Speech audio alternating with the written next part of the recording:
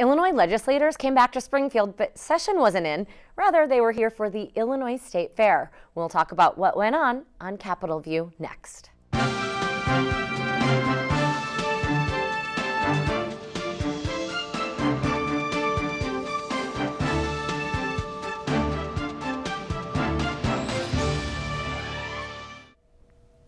Corn dogs, funnel cakes, carnival rides, also math quizzes, Voldemort, the House Speaker, the Governor. We had it all during the political days at this year's Illinois State Fair. I'm Amanda Vinicky, your host for this week's Capitol View.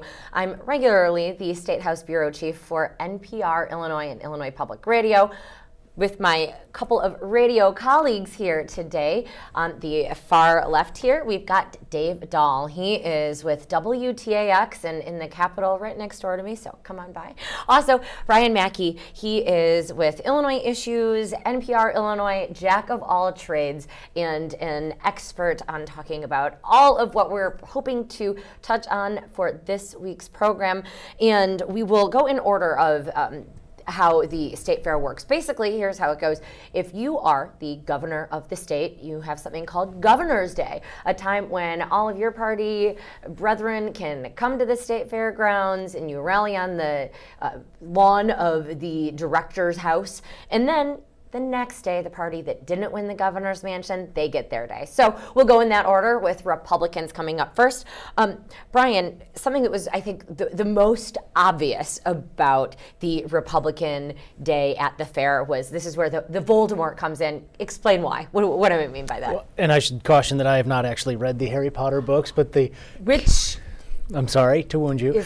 The character I understand you lose votes for that. Voldemort, let me just say.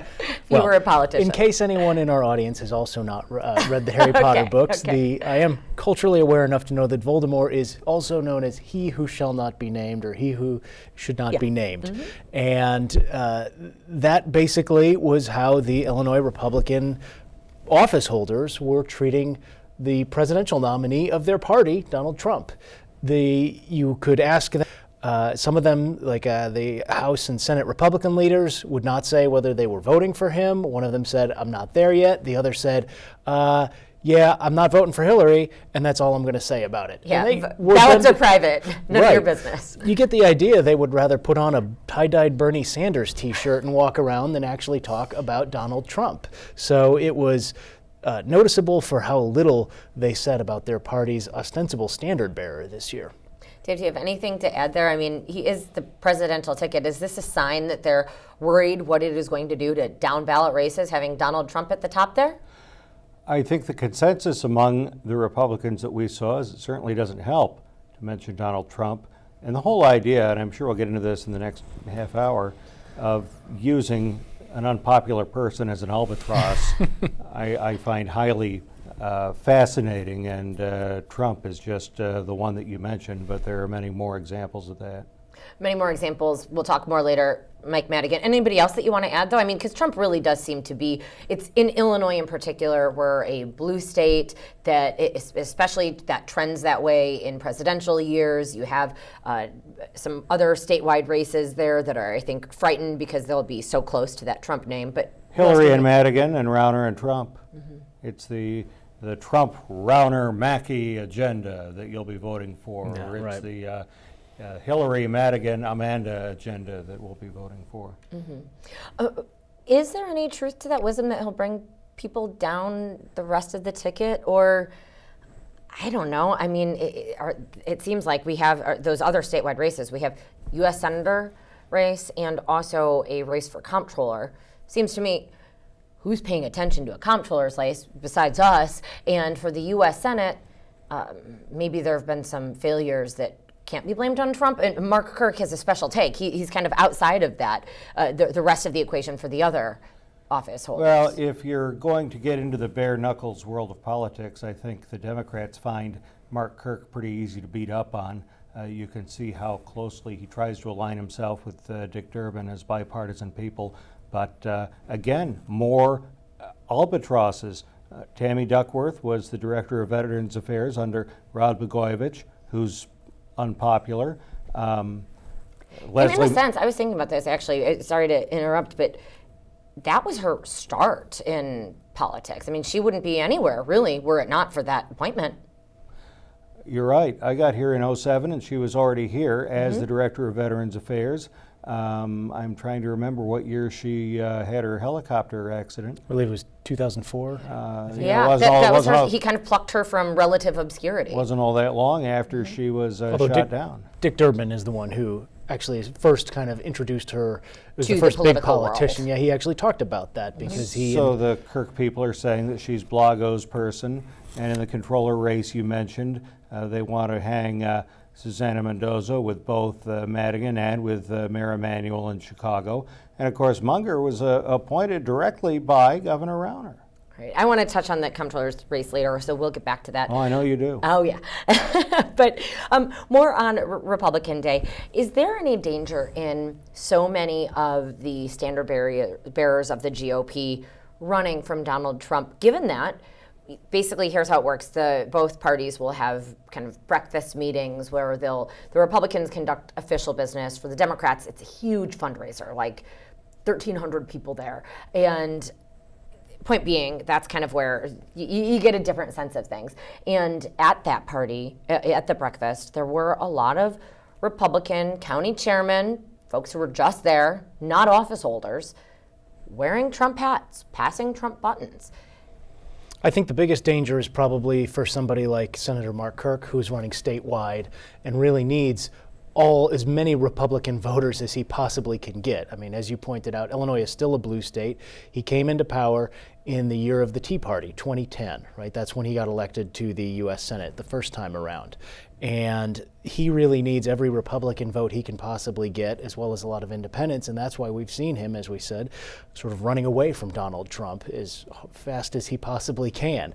And if there was, this is anecdotal, so we will find out on Election Day, but there was one person who during his speech at the state fair was standing there holding up a Trump sign and said, you know what, if he's not going to support our presidential nominee, I'm not going to support him. And that's a man who's going to vote for Donald Trump and not vote for Mark Kirk for Senate. And if that happens a lot, that could be a pretty bad situation for Mark Kirk's prospects. Because you're not going to perhaps see many Democrats crossing over to vote for Mark Kirk. That's what he's going to try to do. That's what perhaps he's attempting with saying, I'm not going to vote for Trump, I'm going to write in somebody, but he's wavered on that, right, Dave?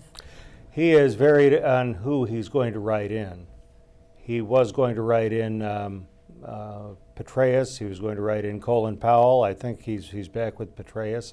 And the write-in vote, I mean, if you want to talk about throwing away your vote, I wouldn't say that casting a third-party vote, a Libertarian or Green Party vote, I wouldn't say that's throwing it away. Writing in somebody is throwing it away. Especially because in Illinois, you can't even win unless you're registered as a write-in candidate. Right. Yeah. Right. So Petraeus, that's going to be literally a throwaway vote.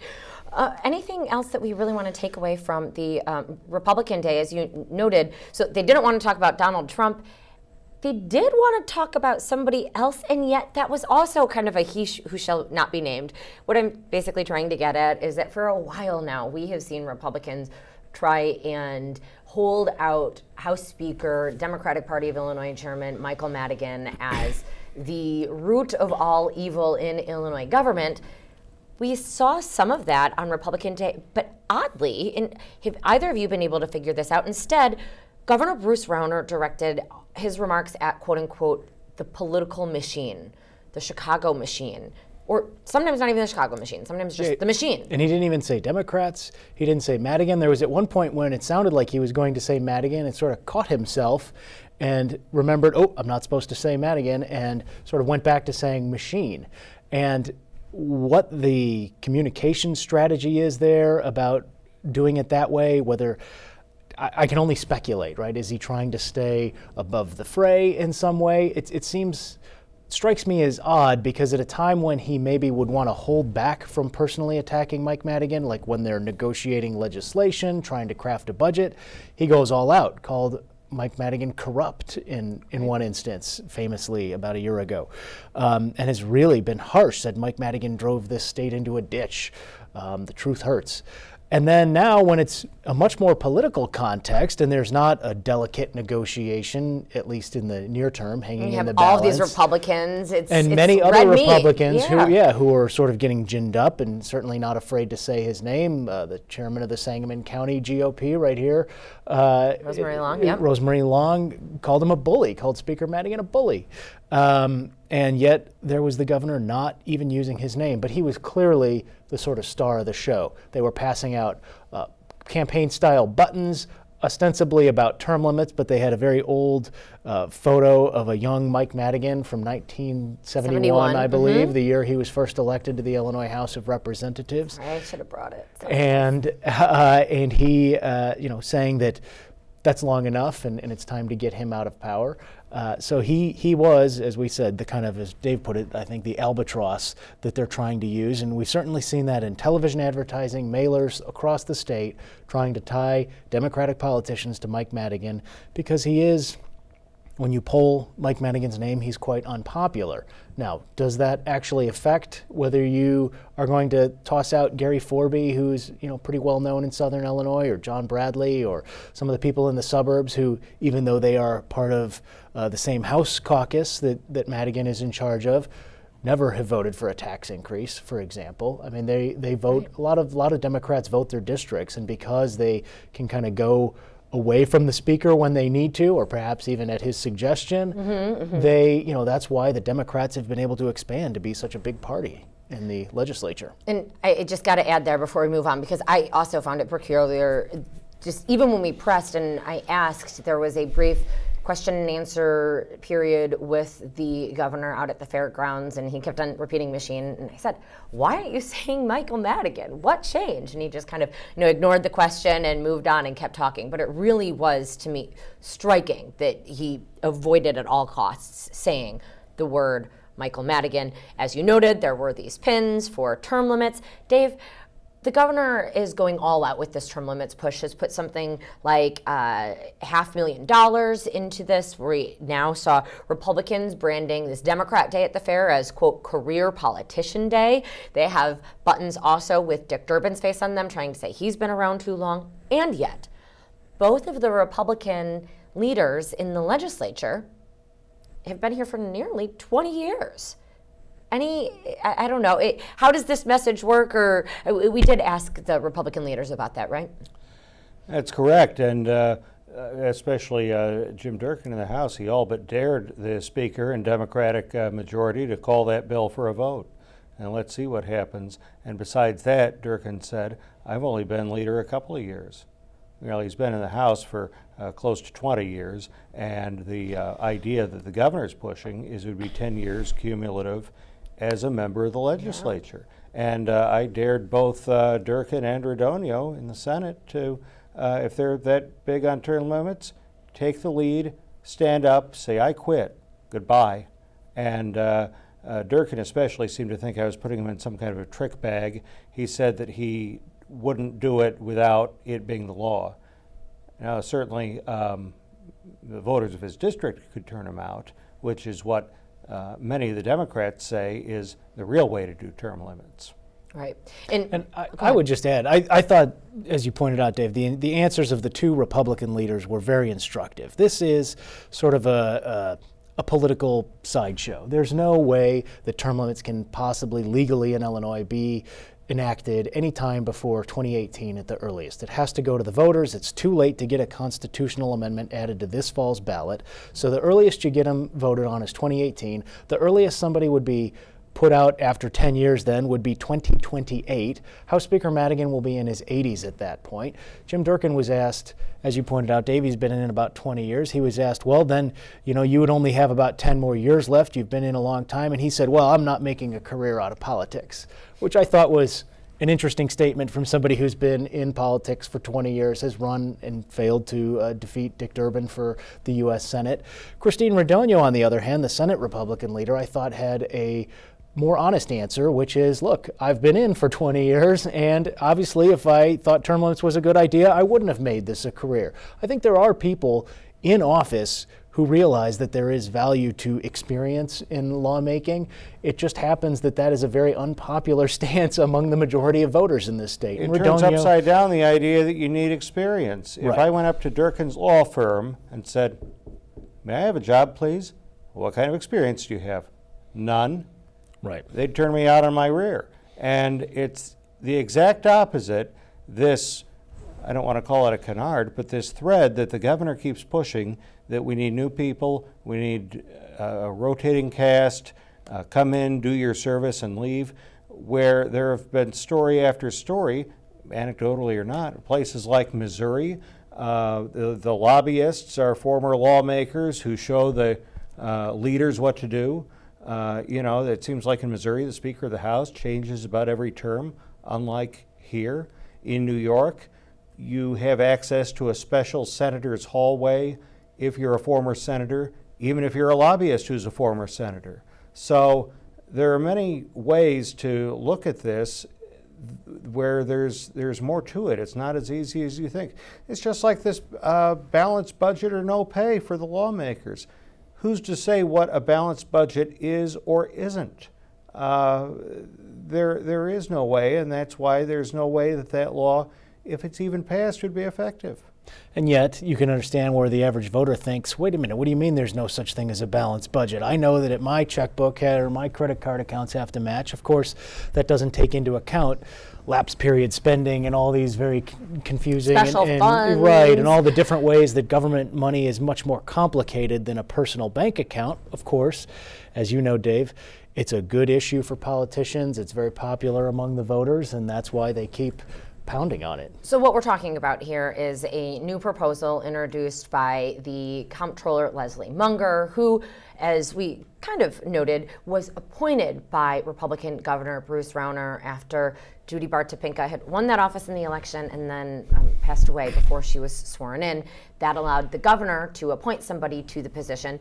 It would typically have been a 4-year post, but instead the legislature passed holding a special election. So whoever wins comptroller this race will just have a 2-year term and then have to run again statewide.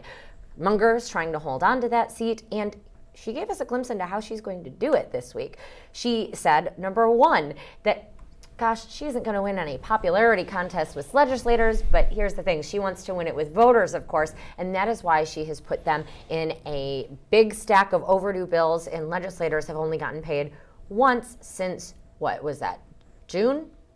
Something like that. Yeah. It's been months. They're months behind in their paychecks. They get paid once a month and they're months behind.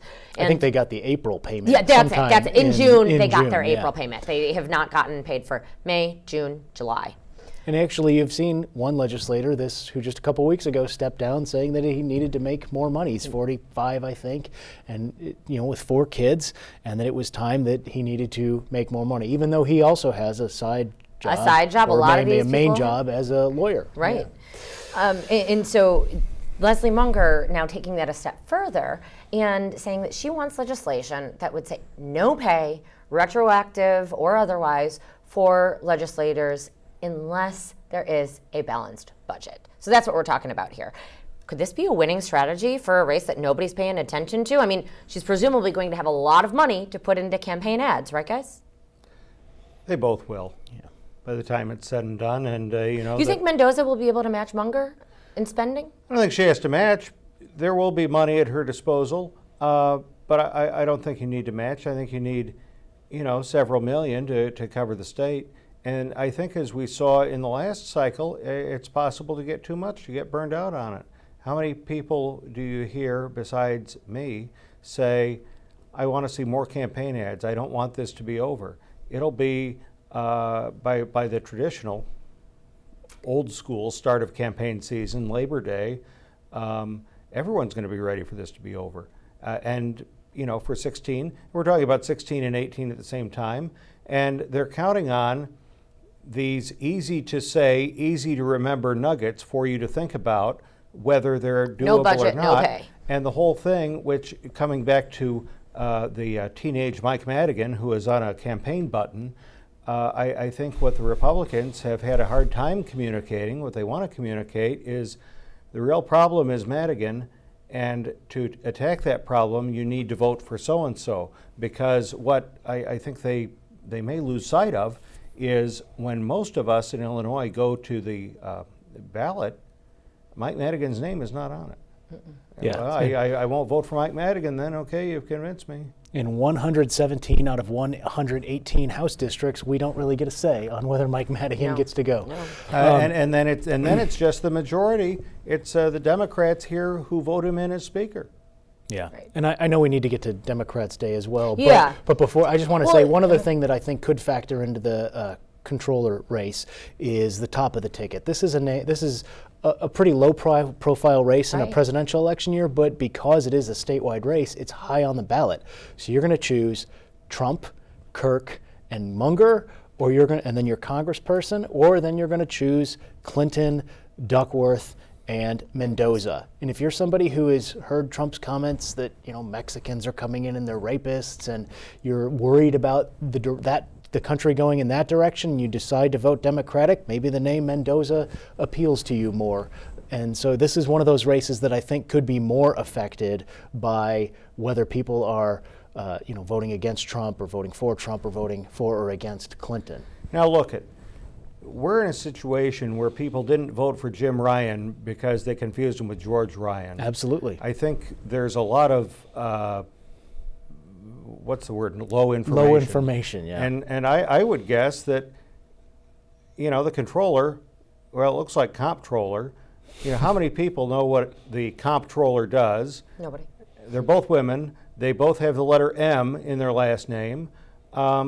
I'm not so sure that that many voters who, A, care enough to make it to their polling place, but B, are informed enough to know really who's who on the ballot. Right. So that's where it would be very much by party, you would think. You would, wouldn't you? Yeah, I would. Or just skipped altogether. But Yeah. they're trying. They're trying because this is, I think, is one of these battles. We've asked a lot about, because obviously who controls the legislature, what happens with those seats, could have ramifications down the line for issues like the budget, the governor's turnaround and such. And yet this is a statewide race. I think it's been helpful, right, guys, for Rauner to have an ally in that office. She tries to separate herself some, but presumably there are talks there, and were Mendoza to win, she could use the office to, she would say, to stand up for the people of Illinois, and he would say to use it to attack him. I mean, there definitely is that ability. Speaking of attacks, I think Mendoza's response to Leslie Munger's attacks on Wednesday was an interesting one. You had Munger trying to put Mendoza into the Madigan fold, saying that she is basically a creature of this machine. Mendoza turned around the next day and called that sexist? Sexist, that's exactly the word she used, and she said, as so many Democrats did about so many Republicans, that it was Trump-style rhetoric, because the name of the game at the Democratic rallies was compare every Republican in Illinois on the ballot, not on the ballot, to Donald Trump, and try and put that lodestone around their necks so that they will sink in the polls. And so I thought that was just, you're right, it was kind of emblematic of what was happening all throughout that day. I think it backfires on Munger because Mendoza has won a number of elections, right. And you do have to win elections. Mike Madigan doesn't win elections for you. He helps, but you do have to get people to vote for you. She's won in her district. She's won citywide in Chicago. Munger lost an election. She ran against Carol Senti in a particularly ugly state house race, and then right after that, Rauner appointed her to be controller. Yeah, and that was part of the argument. Appointed. Who are you to say? Yeah. And Mendoza did sort of point that out, the gall of Munger to make the argument about how, Mendoza says, I ran against the machine twice to win, office. And yes, I've been an elected official for 15 years now. But you're talking about people being picked by the machine. She was appointed by Bruce Rauner, who is essentially a one-man machine running the Republican Party now. And then I got to say, one of my favorite stories of the week was that by the Chicago Sun-Times, it was actually a takeoff of a Chicago Tribune article in which they gave both of these women a math quiz after Comptroller Leslie Munger had said that I'm not Mendoza, she must not even know math, given that Munger was an executive for Helene Curtis, so high-powered, big company. And in fact, it was Munger that flubbed on her multiplication tables instead of Mendoza. And the Munger campaign response also made me laugh because, of course, we know our journalism colleagues. The guy who did this story, he is originally from Great Britain, and so does have very much an accent, of course. And the Munger campaign response was that she had a hard time understanding his accent, and that it was hot. She had just come from giving her speech, and she said, "Why are you asking me this?" So it was worth a read. We don't have all that much time left, so let's get to briefly the Democrats. I think we folded them into our discussion here, but really from House Speaker Michael Madigan, it seemed to be defiant, a repeat of what he has said all along, that Republicans might not like him, but Democrats are into it because they're standing up together against the turnaround agenda. Yeah, and I think basically the two ways the two parties are framing this election is Republicans say this is reform versus the status quo, that the Republicans can deliver reform for Illinois, and the Democrats will maintain the status quo, which in the Republican formulation is more spending and higher taxes probably. Democrats are saying that for all the problems in Illinois, the Rauner Republican cure is worse than the disease, and that look at the pain we've had. And so the real question is, at some point, status quo is going to be a label that's applied to Rauner because he'll have a number of years in office, and so the Republicans who are supporting him will too. Will that happen before this November's election? Will it take until 2018 or a future election? That's one of the questions. We're just going to have to wait and see how the voters weigh in on that. And Dave, we have just about a minute left. What was your big takeaway from Democrats' Day at the fair? They didn't want the heat of the sun and they didn't want empty seats, so they solved both problems by getting everyone under a relatively small tent. Literally. I think they're hoping that their tent will be bigger, however, come election day. And they did have a mighty big breakfast, you got to say, right? I mean, you can take a lot of pictures from attendance, but these parties, in my opinion, just have different operations, different goals out of the day. Before we close out, wanted to make clear that there is another battle I'm sure you'll be hearing about. After this show aired or taped last week, the governor came out with a veto of automatic voter registration. He says it runs afoul of federal law and that it would lead to people who aren't actually legally residents of the United States being able to vote. That's why he vetoed it. The proponents of that legislation are saying that that is not true. He's just trying to keep people who might vote Democratic from voting in 2018 when Rauner is ostensibly going to be back on the ballot. So that is conjecture on just who will it be from Democrats that's going to run against Rauner 2 years from now. We'll be talking about all of that on future tapings of this program. I'm Amanda Vinicky, State House Bureau Chief for NPR Illinois, joined by WTAX's Dave Dahl and NPR Illinois Issues reporter Brian Mackey. Thanks so much, and check us out on Facebook. That's at Capitol View Politics.